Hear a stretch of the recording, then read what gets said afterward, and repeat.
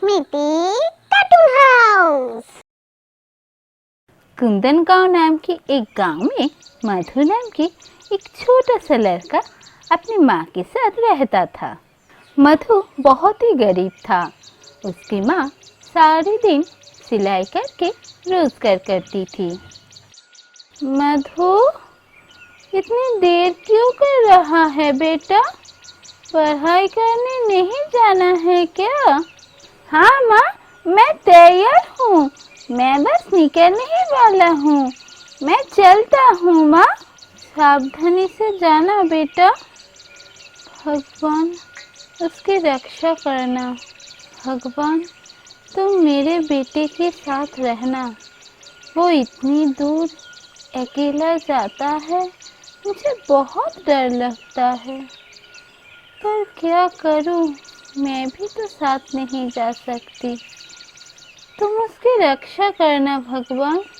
ये जंगल कितनी बड़ी है, पता नहीं ये जंगल क्यों इतनी बड़ी है। मुझे बहुत डर लगता है इस जंगल से जाने में। हर रोज 2 बार इस जंगल से जाना पड़ता है, एक बार जाने के वक्त और एक बार वापस लौटने के बाद। मुझे बहुत डर लगता है इस जंगल से जाने में। अंदर आ जाओ मास्टर जी। हाँ हाँ, जल्दी आ जाओ। मैं पढ़ाना शुरू करने ही वाला था। जल्दी आ जाओ।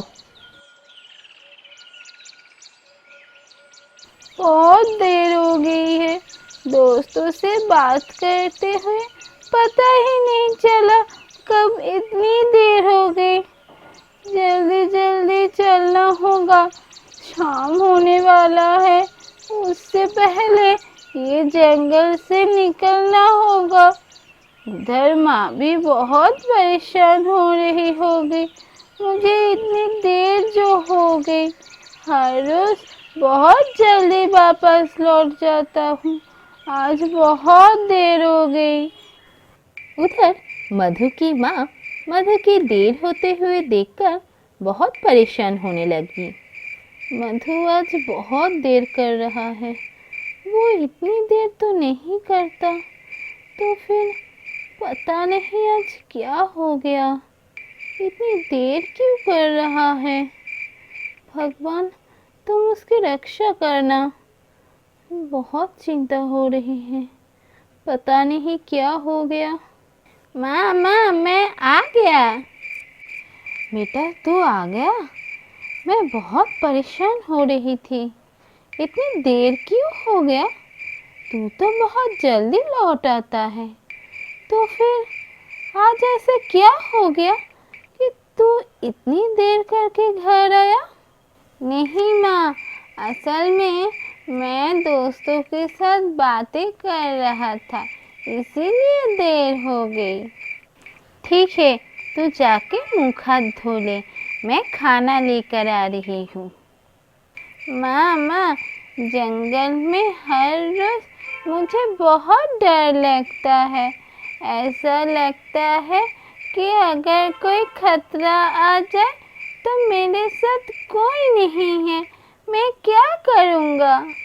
डर मत बेटा, उस जंगल में तेरे कनाई भैया रहते हैं। अगर तुझे कभी डर लगा तो आंखें बंद करके कन्हई भैया को पुकारना, वो ज़रूर तेरा मदद करेगा। ये कन्हई भैया कौन है माँ? कन्हई भैया सबके भैया है। अगले दिन जंगल से जाते हुए मधु को बहुत डर लग रहा था। वो आंखें बंद करके अपने कन्हई भैया को पुकारता रहा। कन्हई भैया, ओ कन्हई भैया, तुम कहाँ हो? मुझे बहुत डर लग रहा है, इस जंगल में बहुत डर लग रहा है। कन्हई भैया, वो कन्हई भैया, कहाँ हो? आओ ना तुम। क्या हुआ? तू इतना डर क्यों रहा है? मैं तो हमेशा तेरे साथ ही हूँ। तुम मेरे कन्हई भैया हो? हाँ, मैं तेरा कन्हई भैया हूँ। चल तुझे जंगल के बाहर छोड़ कर आता हूँ। जल्दी चल, नहीं तो पढ़ाई शुरू हो जाएगा। चल।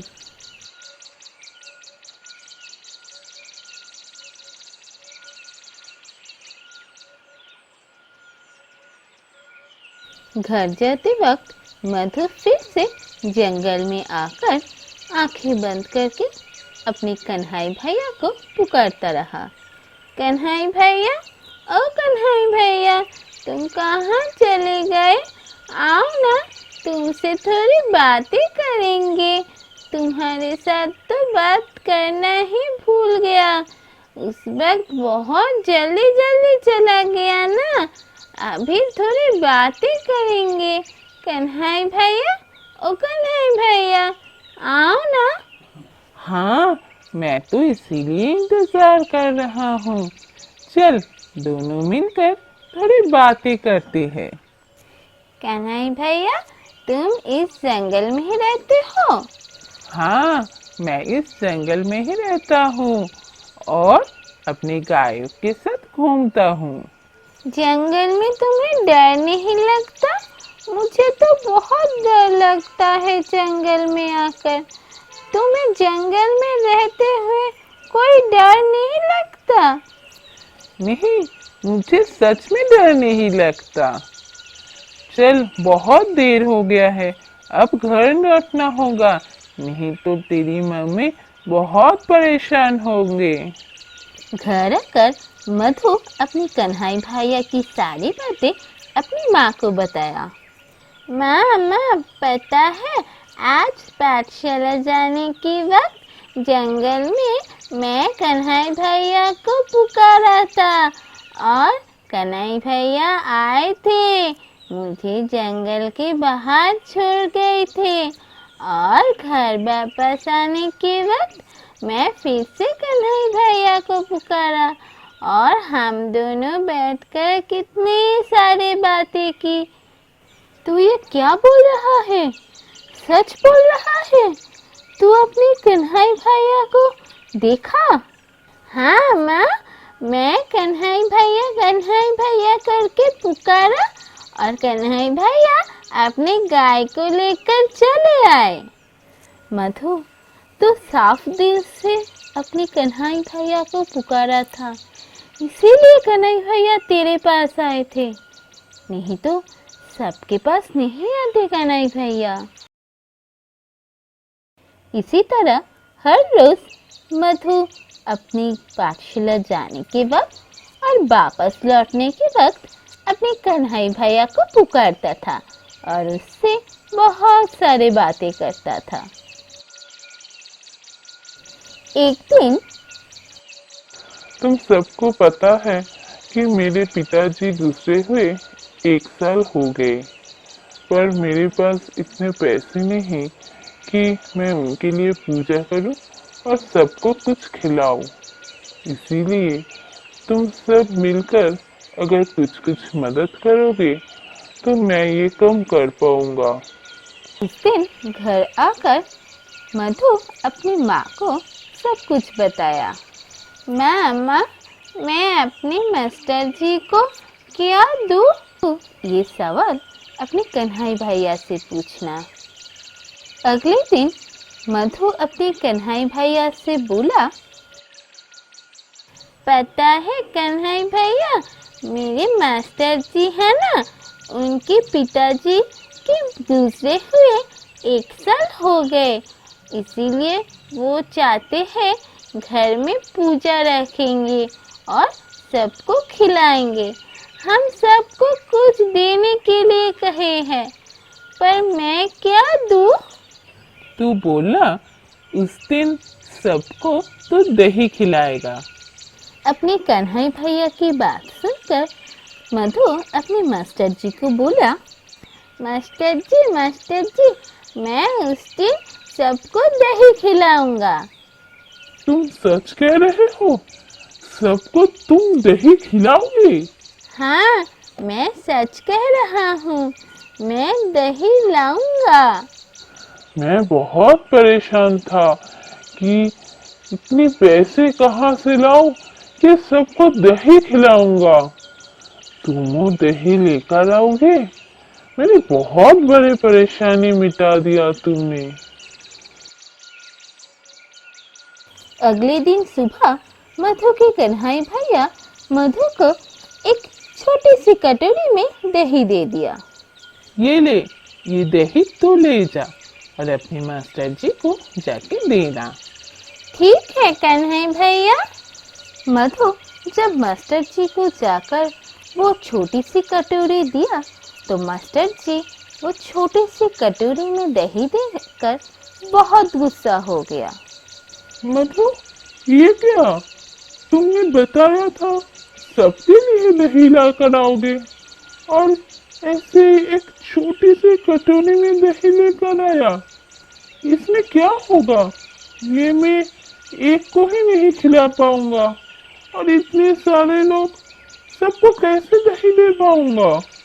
कन्हैया भैया ने मुझे बोला था कि इसी दही से सब खा पाएंगे। झूठ बोल रहे हो तुम। तुम्हारे लिए मैं कितनी शर्मिंदा हो गया।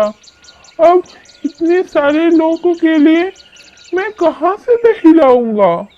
नहीं, मेरे कन्हैया भैया कभी झूठ नहीं बोलते। मेरे कन्हैया भैया हर वक्त सच बोलते हैं।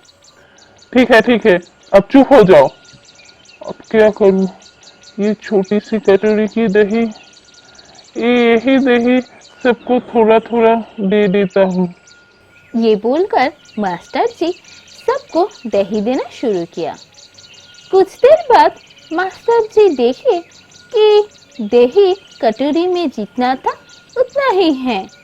उसके बाद मास्टर जी सबको बहुत सारा दही खाने के लिए दिया, फिर भी कटोरी की दही खत्म नहीं मधु, हुआ। कौन है तुम्हारे कन्हैया भैया? ले चलो, हम सबको उनके पास ले चलो। मेरे कन्हैया भैया जंगल में रहते हैं। हर रोज जब मैं जंगल से आता हूँ मेरे कन्हैया भैया मेरे साथ आते हैं। आप सब चलो, जंगल चलो, मैं कन्हैया भैया को दिखाऊंगा। इसके बाद मधु अपने मास्टर जी को लेकर जंगल गए और जंगल में जाकर अपने कन्हैया भैया को पुकारता रहा। कन्हैया भैया, ओ कन्हैया भैया, तुम कहाँ पर हो? एक बार आओ ना, मेरे मास्टर जी तुमसे मिलने के लिए आए हैं। कहाँ हो? आओ एक बार, मुझे तुमसे बात करना है। मेरे मास्टर जी को भी तुमसे बात करना है। कहाँ हो कन्हैया भैया? आओ ना कन्हैया भैया। मधु, तू साफ दिल से मुझे पुकारता है, इसीलिए मैं तेरे पास आता हूँ। मैं तेरे मास्टर जी के पास नहीं आऊंगा और मास्टर जी मैं आपको कभी दर्शन नहीं दूंगा। मधु साफ दिल से विश्वास लेकर मुझे पुकारता है, इसीलिए मैं उसकी पुकार में उसके पास आता हूँ। जो साफ दिल से और विश्वास लेकर मुझे पुकारता है वो ही मुझे पाता है। मधु मुझ पर इतने भरोसा करता है कि जब मैं एक छोटी कटोरी में दही दिया वो मुझसे कोई सवाल भी नहीं पूछा और आपकी डांट खाकर भी उसने मुझ पर भरोसा रखा था। इसी भरोसे के लिए ही मैं उसके पास आता हूँ। पर आपके पास ना ही वो भरोसा है ना ही वो विश्वास है, इसीलिए मैं आपके पास कभी नहीं आऊंगा। ये बात सुनकर मास्टर जी को बहुत पश्चाताप होने लगा और वो मधु को बोला, मुझे माफ कर दे मधु, मैं बहुत गुस्से में आ गया था, इसीलिए तुझे बुरा भला कह दिया। सच में तू सच्चे दिल से और विश्वास लेकर अपनी कन्हैया भैया को पुकारता है, इसीलिए उनकी दर्शन मिलता है तुझे। हमें वो विश्वास कहाँ कि हमें वो उनकी दर्शन मिले। तो दोस्तों, तुम सबने देखा, अगर सच्चे दिल में और मन में विश्वास लेकर मुझे पुकारोगे तो हमेशा मैं तुम सबके साथ हूँ।